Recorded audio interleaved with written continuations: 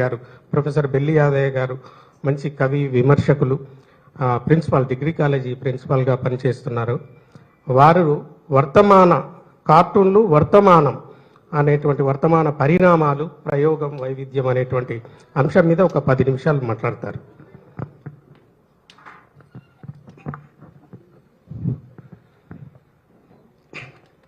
సభకు నమస్కారం. శేఖరన్న స్మృతిలో మాట్లాడాలంటే ఆయన నడిచిన నేలలో, ఆయన పుట్టిన నేలలో, ఆయన పీల్చిన గాలిలో ఒక గొర్రెల కాపరిగా నేను గడిపాను కనుక కొంచెం దుఃఖం కూడా వస్తుంది. కానీ పోయిన వాళ్ళను ఆకాశానికి వదిలేయకుండా అవనిలో మనం ఉన్నంత వరకు, అయిన వాళ్ళ ఉన్నంత వరకు స్మరించుకోవాల్సిన బాధ్యత ఉందని చెప్తూ, శేఖరన్న కుటుంబ సభ్యులు, ముఖ్యంగా వదిన, చంద్రన్న, శ్రీనివాస్, మా కృష్ణ, నందు ఈ కార్యక్రమాన్ని, శేఖరన్న స్మారక పురస్కారాన్ని గత కొంతకాలంగా ఇస్తూ వస్తున్నారు. ఈవేళ ఈ స్మారక పురస్కారాన్ని నా క్లాస్మేట్ కొరెల శ్రీనివాస్ పొందడం నాకు గర్వంగా ఉంది. అట్లాగే ప్రముఖ చిత్రకారులు నారు గారు సూర్య పత్రికలో పనిచేస్తారు, వారు పొందడం సంతోషంగా ఉంది. సభాధ్యక్షులు ప్రొఫెసర్ రఘు, మిత్రులు నల్లగొండ, మొత్తం నల్లగొండ వాళ్ళమే మాట్లాడితే బాగుండదు కనుక, నల్లగొండ గురించే మాట్లాడితే బాగుండదు కనుక నేను కొంచెం మీరు ఇచ్చిన సమయం లేకుండా మాట్లాడుతూ, నిజంగానే 2006 సంవత్సరంలో తెలంగాణ ఉద్యమం జరుగుతున్నప్పుడు నేను తెలంగాణ రచయితల వేదికకు రాష్ట్ర కార్యదర్శిగా ఉన్నాను. జూలూరి గౌరీశంకర్ గారి నాయకత్వంలో, జూకంటి జగన్నాథ్ గారి నాయకత్వంలో సిరిసిల్లలో నేత కార్మికుల సిరీస్ ఆత్మహత్యల నేపథ్యంలో ఒక రచయితలుగా మేము వెళ్ళి ఓ రోజంతా అక్కడ గడిపి ఆ ఆత్మహత్యల వెనకాల ఒక తాత్విక కవితల్ని, గేయాల్ని, పాటల్ని రాసేందుకు మేము రచయితలుగా వెళ్ళాం. అప్పుడు సిరిసిల్ల బయట ఉన్న ఒక తోటలో మా అందరికి మధ్యాహ్న భోజనం ఏర్పాటు చేస్తే, ఇవాళ ఈ దేశంలో చాలా రాష్ట్రాలకు మంత్రులు ఉంటారు, మాజీ మంత్రులు ఉంటారు, కానీ ఒక టెక్నోక్రాట్, ఒక highly civilized and educated person KTR garu రావడం, వారు ఈ పురస్కార ప్రదానానికి ముఖ్య అతిథిగా రావడం నాకు సంతోషంగా ఉంది. నేను వారిని 2006లో చూశాను, మళ్ళీ దగ్గరగా కూర్చొని చూసే అవకాశం, వారితో కరచాలనం చేసే అవకాశం నాకు ఈ సభ ఇచ్చింది. అందుకు నేను సంతోషపడుతున్నాను. 2001వ సంవత్సరంలో జూలూరి గౌరీశంకర్ గారు పొక్కిలి పేరుతో ఒక కవితా సంపుటి తెచ్చినాం. వాళ్ళ తెలంగాణ గురించి కవిత్వం రాయాలంటే బాబు పరిపాలన నడుస్తుంది, తెలంగాణ గురించి ఏం రాయాలన్నా రాస్తే ఉద్యోగాలు ఉంటాయా అనే సంశయం. ఉద్యోగాలు ఉంటాయి, పోతాయి. ఉద్యమం బలమైతే తిరిగి మనకు ఉద్యోగాలు వస్తాయి. ఎమర్జెన్సీలో ఉద్యోగాలు పోయిన వాళ్ళందరూ ఉద్యోగాలు ఉన్నారా? లేరు కదా. ఉద్యమం బలపడితే తిరిగి మన ఉద్యోగాలు వస్తాయి, మన రాష్ట్రం వస్తే మన తర్వాత అనేక మందికి తరతరాలుగా మన నీళ్లు, మన ఉద్యోగాలు, మన సంపద మనకు దక్కుదనే ఉద్దేశంతో ధైర్యంగా ఒక 121 మంది కవులం మేము కవితలు రాశాము. అందులో ఒక కవిగా నేను ఎడారి ఓడ అనే కవిత రాశాను పొక్కిలి కవితా సంపుటిలో.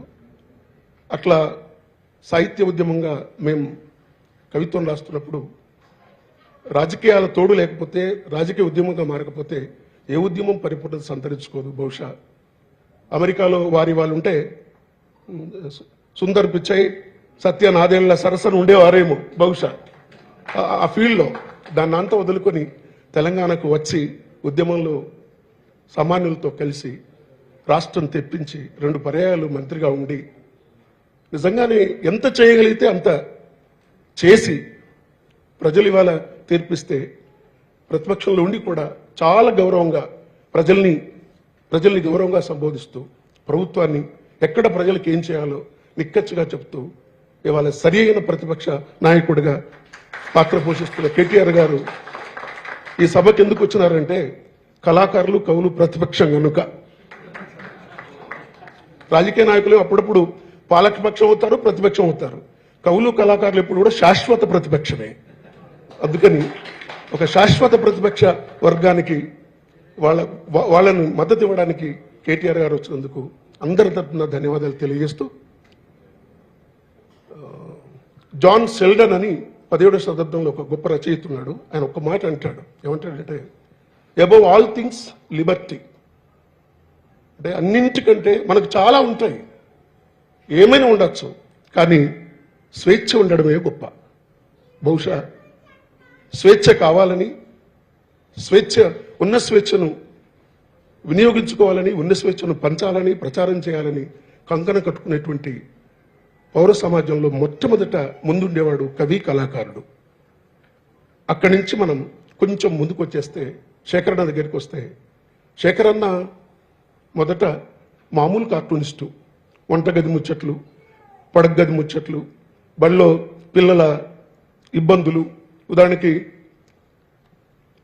శేఖరన్న ముచ్చట అనుకుంటే, అరే శేఖర్, వాళ్ళ అమ్మ అడుగుతుంది, అరే శేఖర్, ఇవాళ బడికి ఎందుకు పోలేదు నువ్వు? స్కూల్ లేదా? ఉంది. జ్వరం వచ్చిందా? ఏం రాలే. హోంవర్క్ చేయలేదా? చేసిన. మరి ఎందుకు పోలేదంటే, నేను ముందు బెంచ్లో కూర్చుంటే ప్రతి ప్రశ్న రోజు నన్ను ఆమె అడుగుతుంది, అందుకని పోను. నేను ఎందుకు పోవట్లేదంటే, టీచర్ అడుగుతున్నాను. నేను స్కూల్కి వెళ్తే ప్రతిరోజు ప్రశ్నలు అన్నీ అడుగుతుంది, కనుక ఇవాళ పోలేదు ఎందుకంటే రేపు ఇవాళ ఎవరిని అడుగుతుందో టీచర్ని చూడాలని పోలేదంటాడు అనమాట. ఇట్లాంటి చిన్న కామిక్ స్ట్రిప్స్ నుంచి ఆయన పొలిటికల్ కార్టూనిస్ట్గా మారాడు. అంటే ఒక కవి, కళాకారుడు తన అభివ్యక్తికి, తన మేనిఫెస్టేషన్కి రాజకీయ రూపం తీసుకోవడం అనేది అంత మామూలుగా జరగదు. లోపల ఎంత సంఘర్షణ ఉంటే, లోపల తన క్లాస్ పట్ల, తన కాస్ట్ పట్ల, తన ల్యాండ్ పట్ల ఎంత మార్కింగ్ పొజిషన్ ఉంటే అది తీసుకుంటాడో. శేఖరన్న గిది తెలంగాణ, శేఖరన్న కామన్ మ్యాన్ మీద వేసిన ఆర్కే లక్ష్మణ్ లాగా తెలంగాణ కామన్ మ్యాన్ గురించి రాసినటువంటి అనేక కార్టూన్లు. నాకంటే శంకరన్న బాగా మాట్లాడతాడు, మన అందరూ మాట్లాడతారు. కానీ ఎందుకో స్మారక ఉపన్యాసం చేయాలని నన్ను ఎంపిక చేసుకున్నారు. ఒక రకంగా ఇది నాకు క్లాస్ రూమ్లో పాఠం చెప్పడం గంటన్నర చెప్తాం, ఇబ్బంది ఏం లేదు. కానీ అంత పెద్ద పర్సనాలిటీ ఉన్నారు, కార్టూన్ల గురించి తెలిసిన పెద్దవాళ్ళు ఉన్నారు. కాకపోతే ఉపాధ్యాయులు కూడా పిల్లలకు కార్టూన్లు నేర్పించాల్సి ఉంది. మాతోనే కార్టూనిజం పోవద్దు, పంతులు మీరు రాబోయే కొత్త తరాన్ని తయారు చేయమని బహుశా ఈ సభకు నన్ను పిలిచారని నేను అనుకుంటున్నాను. అట్లా చూస్తున్నప్పుడు మళ్ళీ పొలిటికల్ కార్టూనిస్ట్గా, మామూలు జనరల్ కార్టూనిస్ట్కి పొలిటికల్ కార్టూనిస్ట్కి చాలా వ్యత్యాసం ఉంటుంది. పొలిటికల్ కార్టూనిస్ట్ ఇప్పుడు రిస్క్ జోన్లో ఉంటాడు. ఎందుకంటే అది చంద్రబాబు నాయుడు కావచ్చు, వైఎస్ఆర్ కావచ్చు, కేసీఆర్ కావచ్చు, ఎవరైనా కావచ్చు. తెల్లారితే పత్రికలో 9-10 గంటలకు స్పాట్ న్యూస్ వస్తుంది. దానిపైన ప్రతిస్పందనగా పత్రికలో పనిచేస్తున్నప్పుడు పత్రిక ఆదేశం మేరకు ఒక కార్టూన్ వేయాల్సి ఉంటుంది. కేసీఆర్ గారు ఏమనుకుంటారో, చంద్రబాబు నాయుడు గారు ఏమనుకుంటారో, వైఎస్ఆర్ గారు ఏమనుకుంటారు అనుకుంటే కార్టూనిస్ట్ పొలిటికల్ కార్టూన్ వేయలేడు. ఏమేస్తాడు? అంటే మిగతా వాళ్ళు ఎట్లయినా వేయచ్చు. కానీ నేను శేఖరన్న కార్టూన్స్, పొలిటికల్ కార్టూన్లు చూసిన తర్వాత నాకు ఏమనిపించిందంటే, శేఖరన్న మనం ప్రజాస్వామ్యంలో ఉన్నాం, డెమోక్రసీలో ఉన్నాం, అభివృద్ధిని కోరుతున్నాం, అభివృద్ధి వైపు ప్రయాణిస్తున్నాం. అయితే దీంట్లో ప్రజాస్వామ్యంలో, డెమోక్రసీలో డెవలప్మెంట్ అండ్ డెవల్యూషన్, వికేంద్రీకరణ గురించి ఆయన మాట్లాడాడు. అంటే అధికారంలో వికేంద్రీకరణ, అభివృద్ధిలో వికేంద్రీకరణ, తర్వాత అన్ని చోట్ల ఒక వికేంద్రీకరణ ఉండేట్టుగా ఉంటేనే సమాజం సమతౌల్యంగా ఉంటుంది, సమానతలు ఉంటాయనే ఉద్దేశంతో ఆయన పొలిటికల్ కార్టూనిస్ట్గా చాలా షార్ప్గా అద్భుతమైన బొమ్మలు వేసిన సంగతి సభలో ఉన్న చాలా మందికి నాకంటే ఎక్కువ తెలుసు.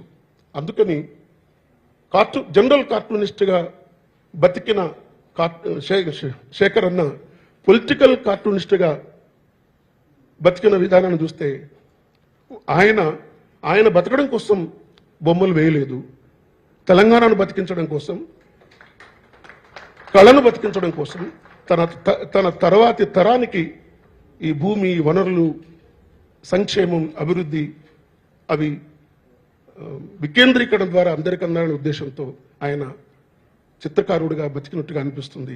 బహుశా ఆయన ఈ బొమ్మలో వైపు రాకపోతే ఆయన కూడా ఎంఏ తెలుగు చదువుకున్నాడు, నాలాగా ఎంఫిల్ చేసేవాడు, నాలాగా పిహెచ్డి చేసేవాడు, ఎక్కడో చోట కాలేజీలో పనిచేసేవాడు. కానీ నిజానికి ఒక 1000 కొన్నిసార్లు మాట్లాడితే కొన్ని లక్షల మంది టీచర్ల కంటే ఒక చిత్రకారుడు కార్టూనిస్ట్ గొప్పవాడు. ఇప్పుడే నేను వస్తున్నప్పుడు ఆర్కే లక్ష్మణ్ గారు ఏమన్నా వేసాడా అంటే ప్రతి దేశంలో ప్రతి సమాజంలో ప్రజలకు ఎవరు ముఖ్యం అంటే భావితరం ముఖ్యం, నెక్స్ట్ జనరేషన్ ముఖ్యం. ఆర్కే లక్ష్మణ్ గారు ఒక కార్టూన్ ఇప్పుడే చూశాను నేను, ఆయన గ్యాలరీలో పోతాయి. కుండీలో మొక్క ఉంది, ఆ మొక్కకు 3 ఆకులు ఉన్నాయి.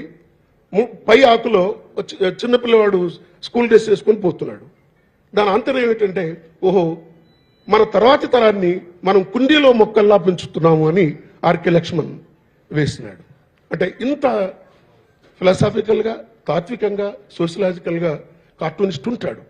టీచర్కి కొన్నిసార్లు అట్లా మైండ్లో ఉన్న అంత గేమింగ్గా, అంత షార్ప్గా, ఆ డిజైనింగ్గా పాఠం చెప్పడం కొన్నిసార్లు కుదరకపోవచ్చు.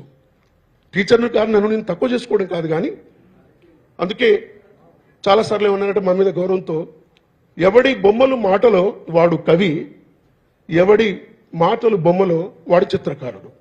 ఎవడి బొమ్మలు మాటలో వాడు చిత్రకారుడు, ఎవడి మాటలు బొమ్మలో వాడు కవి. మేము కూడా ఒక బొమ్మ రూపం రావడానికి మా రఘు సార్ మేమందరం 2 వారాలు 3 వారాలు కూర్చొని ఒక కవితను రాస్తాం. కానీ చిత్రకారులు బహుశా అంత టైం తీసుకోరు. ఆలోచించండి, అంటే రంగులు సమకూర్చుకోవడానికి టైం తీసుకుంటారు, కానీ ఒక్కసారి కూర్చోబెట్టుకుంటే బహుశా నాకు తెలిసి 10-15 నిమిషాల్లో ఒక కవి రాసే కవితకు సంబంధించిన మొత్తం ఒక రేఖాచిత్రాన్ని, రూపచిత్రాన్ని వాళ్ళు వేయగలరు. అందుకని ఇది చిత్రకారుల సభ కనుక మొత్తం మా కవుల సమాజం తరపున నేను శేఖరన్నకు నివాళి అర్పిస్తూ, శేఖరన్న స్మరణలో అదుపు తప్పకుండా ప్రతిసారి, శేఖరన్న పెద్దవాడు, మేమంతా జూనియర్స్, ఆయన పెద్ద వేటగాడు, మేము చిరు వేటగాళ్ళం అంటూ ఆయన స్మృతి సభకు ప్రతిసారి వస్తున్న ప్రతి ఆర్టిస్ట్కి, ప్రతి అభిమానికి నేను ధన్యవాదాలు తెలియజేస్తూ, మరొకసారి ఈ సభకి ముఖ్య అతిథిగా ఇచ్చేసి ఓపికతో కూర్చున్న కేటీఆర్ గారికి నా వంతు నమస్కారాలు, ధన్యవాదాలు.